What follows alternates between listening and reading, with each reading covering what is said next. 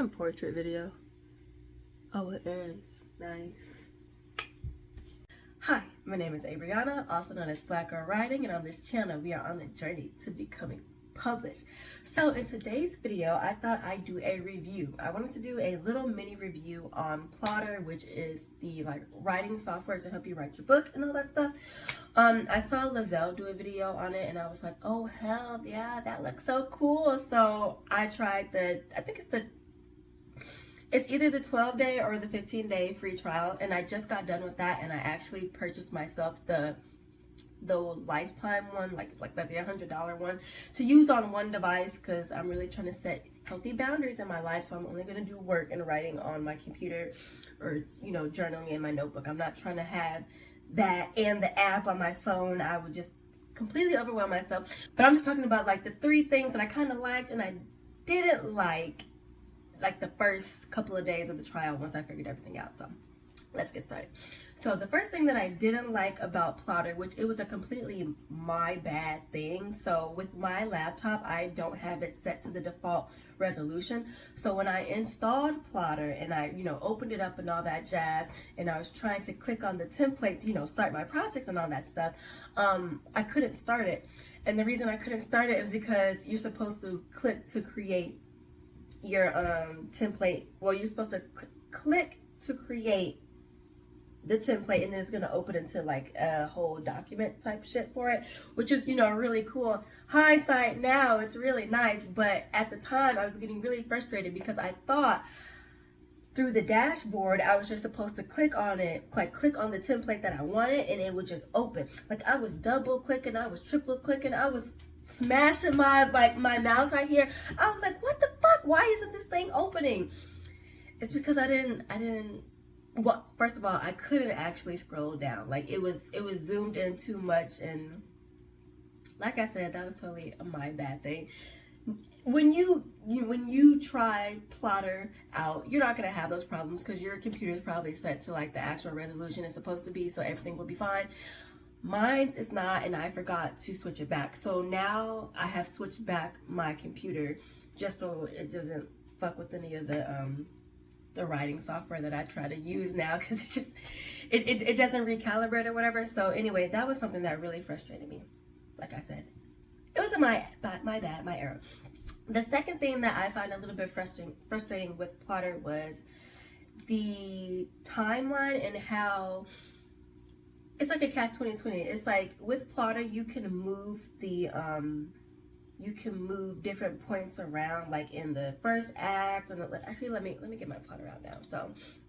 So with my Plottr sheet, with my Plottr file thing, I don't know, the way my Plottr thing is set up, I am using the 3-act story structure. But the one thing that I find with Plottr, how it's cool to be able to move these the boxes and the beats around on the timeline. I'm gonna show you a picture of it here. So those little boxes and stuff, you can actually move around. One thing that I found that I really don't like is that it's very sensitive. I have re-uploaded and I've had to delete and restart my project because I fucked up my template, just because I was just trying to learn everything, and I was touching stuff, and I moved the exposition from beat 1 to beat all the way over here, and then I tried to move it back, but then that deleted the text, and I was like, oh no, it was really frustrating. So it's kind of easy if you're not watching yourself to move the little boxes around on the timeline.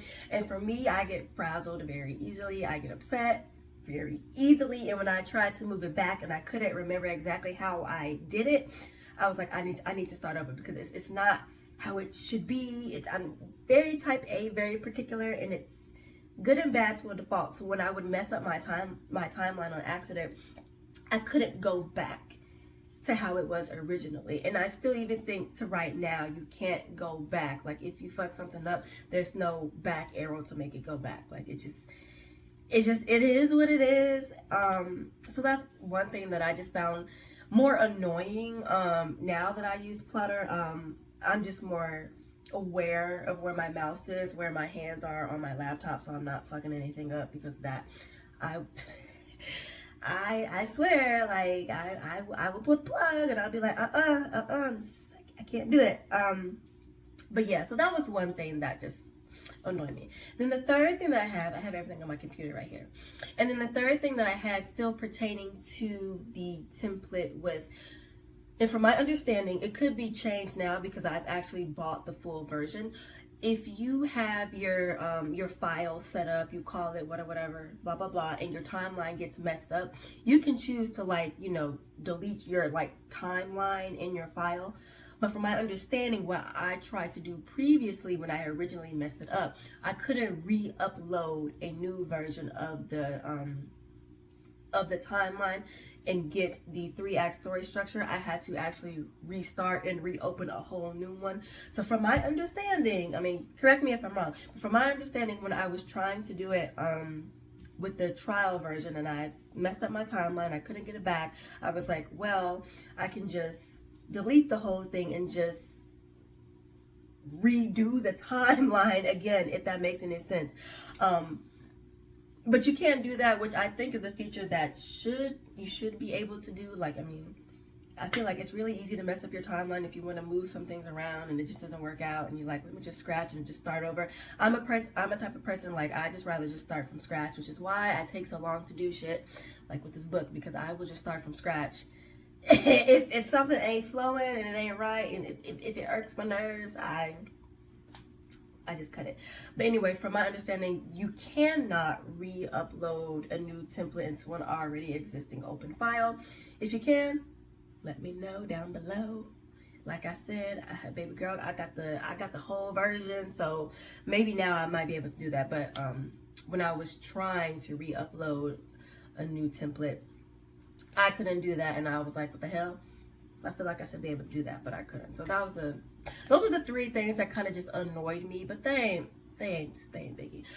So now I'm gonna go on to my 3 likes. So my first like is the templates, because they had so many freaking templates. They had the snowflake method, they had the circle method, they had the 3-act story method, they had the 3-act story method, then they had the 3-something method. I mean, they have 14 templates in total, and it doesn't even matter. Like, if you're looking for it, Plottr probably has it, and then you just click on it, bada bing, bada boom, and then you can start your story using that story structure.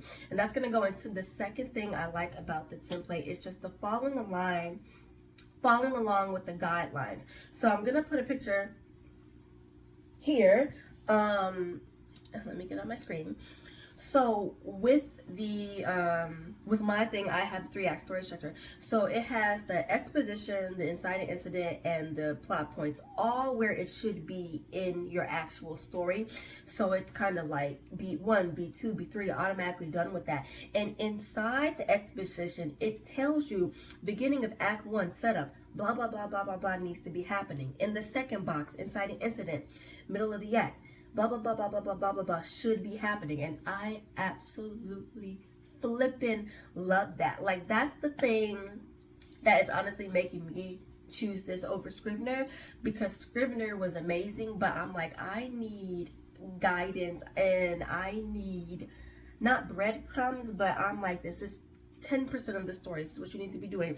This is 25% of the story, this is what you need to be doing. And especially since I'm using the 3-act story structure with Save the Cat, and I have an actual template where the beats are like broken up where I can actually see them, and I didn't have to do that shit myself, because I would have probably did the shit wrong, and then I just would have been self-doubting myself and just would have been like, no, this automatically does it for you. The beats are in here. Now I've added, it stopped at beat 9 because that was the ending, the resolution of the end of Act 3, but I extended mine to beat 15 because the 3-act story structure, I believe, has 15 beats, or the Save the Cat method has 15 beats in there, something along those lines. You know, y'all know what I mean. And I touched something I wasn't supposed to touch. Let's see. I was trying to look at it and see what I was talking about. Let me not do that. Anyway, so when you get Plottr and you want something to follow along with, so you know your going down the right path. Like at this mark, this should be happening. At this mark, this should be happening. Like you already have a hunch. Like I know something needs to be happening within the first five chapters to keep you interested, but I feel like it's a nice peace of mind and guidance to have the actual timeline there so you can see it and you're writing along your chapters to match it up. I think that's beautiful. All right, and then I think that's the first thing, and then that was the second thing. So the third thing that I really like about it is that you can export it to Scrivener. Now, I am going to use Plottr as my first draft starting off everything, because I don't know, I think even with my Scrivener, it didn't have autocorrect or something like that. Plottr has that. Like, I be fucking up my spelling all the time, and Plotter's like, no, please correct that shit. Please correct it. Squiggly line. I don't know, for my Scrivener, I just felt like I had a lot of spelling errors when I would move my Scrivener files over to like Google Docs or whatever, and I'm like, damn, I misspelled all these words and Scrivener didn't fucking tell me. Like I was pissed. But with Plottr now being my main drafting one, that's what I'm going to use. And then my plan is to, because you can export it now because it updated, you can export what you have in your Plottr to your Scrivener, and I think that could be like the final stage of going through it, like filing through, because I think a lot of people use Scrivener or Microsoft Word, and you can share files and doing all that stuff that way. I feel like Scrivener would be like the final end, just, you know, cleaning up everything. I don't think I would necessarily want to do that in Plottr because the way it's set up, it doesn't look the way I want it to look. And by that, I mean like in the dashboard, not in the dashboard, but like in my Plottr thing, the chapters are all up here. And from my understanding, I haven't figured it out yet. Like I said, I just bought the full thing. I'm still trying it out. And I've only written a couple of things, so it's not like I've written a lot in it. But you know how with Scrivener, you can go into like, I think it's the story mode and all that stuff, and you can like, you just have the pages and you're just like scrolling through. I like that setup. I like for it to be final like that, so I can see the pages, see the chapters. With Plottr, it's just all of my chapters are just at the top, kinda. So they're just at the top, and it's just giving me more of, I'm not even gonna say Microsoft Word in that sense, but it's not giving me Scrivener the thing that I like about Scrivener. So that's what I like about Scrivener, just being able to go into that scroll mode, that story mode, or whatever it's called, with just the pages blocking out everything, and you can just go through your story. So, but hey, with Plottr, you can export it, so I love it. And then I think this is going to be my last thing, which really isn't going to be my last thing, but it has autosave. So let me tell you the time when I was writing. I think I was, I was updating the locations because there's a place tab. And like I said, like the whole interface with Plottr is really cool. They have this section where it's like projects, timelines, outlines, notes, characters, places. I was uploading like pictures and documents of the places that are in my story, of the city Kmart and all that stuff, and my computer went dead, and I was just like, oh no, and I was like freaking panicking. And so as soon as I rebooted it, and then I opened Plottr, my information was still there. Like, it autosaves. I think it autosaves after every correction, or it could be after every 2 or 3 minutes, you know, something like that. But it autosaves for you, so you don't have to worry. Most things autosave now, but sometimes they don't, and it's just nice to have that peace of mind. So yeah, that is it. Those are my likes and dislikes of Plottr. I know it was really like, it's probably like, girl, you didn't have to make a video about this, but yes, I did. I did. The one thing that I noticed about its projects, it automatically sets it up so that you have, in a sense, multiple projects. So for this, my series, which I have work in progress book 1, and it has, you know, the name, genre, premise of the story, and theme in the series. And then from the series, you click on your actual book. So I want this to be a 3-book series. So I've already done book 1, book 2, book 3. just, you know, just to keep hope alive, right? So I have book 1, book 2, book 3, and what I'm working on obviously is book 1. But I find it's so cute and cool. You can put a picture on the actual like book itself. You can make it so real. Like, it is honestly amazing. But honestly, if you want it to be a standalone book, that shit not gonna happen, because it's automatically gonna do that shit like this where it's in a series. So I find that kind of like, I feel like it should have given you an option, like, do you want this book to be a series or a standalone? And then from there, it will branch off and be like, well, this is a standalone. You don't have to go through the projects and with the dashboard and all that stuff, because that was something that I kind of found a little confusing too. It's not that bad, but it's kind of easy to get your projects a little bit confused. Just trying it out, trial and error. So it's not that bad. It's a whole learning process, you know, learning curve. But yeah, so I hope you guys enjoyed this video. Please comment, rate, and subscribe. Like I said, if you guys are using Plottr, let me know. If you guys are using both, let me know, like Plottr and Scrivener, or you're just using Scrivener, because I paid for Scrivener too, and I was like, well, I ain't about to delete this, but I'm not, and Scrivener is just not what I need for me. Because, you know, I need a little help sometimes. The girl a little slow. I need some help. I need that follow along. And Plottr is giving that to me. Anyway, I hope you guys enjoyed this video. I will see you guys later.